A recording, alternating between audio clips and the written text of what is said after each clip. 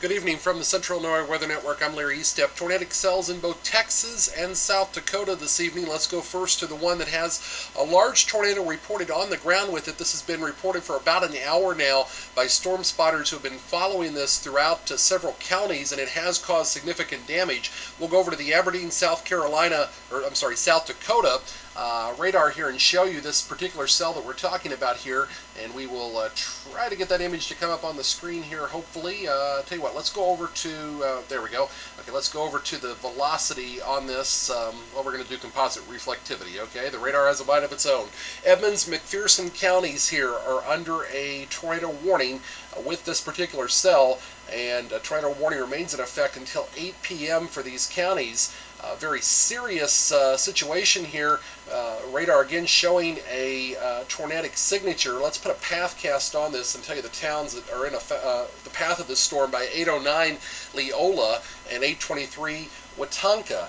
Under the path of this particular cell. There are also very strong cells to the south of this as well, but I want to look at this cell in particular that is with the reports of the tornado on the ground and show you here what we're talking about. Look at this very clear area here that we're showing the reds and greens in central Edmonds County. This would be the area that this tornado is in. We have outbound winds from the radar at 109 knots, inbound winds at 92 knots, so this is a very powerful tornado. The reports that have been coming in with this, we can go back over to the other image here and I can show you some of these reports over the last hour or so. With this, there was major tornado damage to power lines and farms in the Bodle area. This was around 6:45 this evening.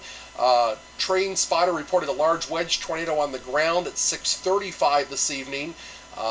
We also had reports of a large wedge tornado on the ground crossing Highway 47. So all these reports are a little older.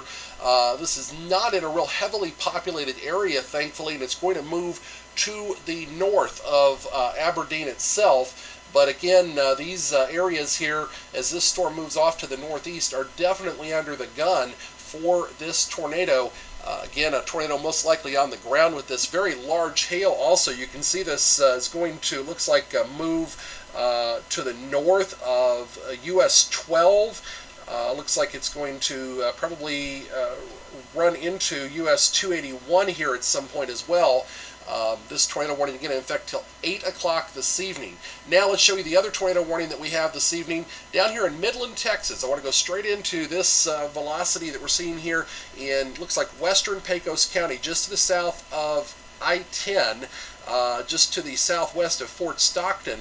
A very prominent signature here on radar. This is a supercell. We can come over to this and see, we've pulled it out here so you can see this is a good distance south of southwest of Midland itself.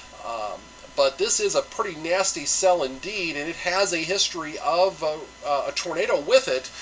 This particular cell has rotation, as you can see. If we put a path cast on this particular cell actually has part of the cell going the opposite direction, so that tells us right there we definitely have rotation, and then we can follow that up looking at the reds and greens mixing there right to the south of I-10, and we know there is a serious situation there as well. Again, the tornado warning for Pecos County is in effect for this cell, and the tornado warning remains in effect until 7:45, so about another 7 minutes or so. But this tornado is likely still on the ground, or is capable of coming back down to the ground again based on the return we're seeing here right now on radar. That is a very powerful supercell this evening. It's a lone cell there for the most part. You've got a few other scattered storms, but you can see all these kind of trekking in between the corridor here south of Midland between I-20 and I-10. So definitely going to have to watch out, folks, in San Angelo a little bit later on as these storms may start to edge their way that direction. But again, this large wedge tornado on the ground,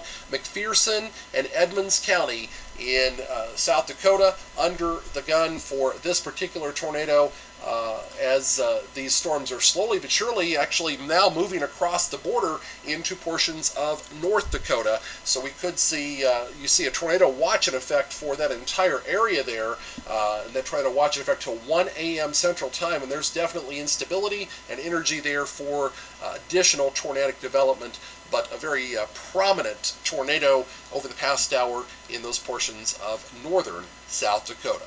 That's the latest from the Central Illinois Weather Network.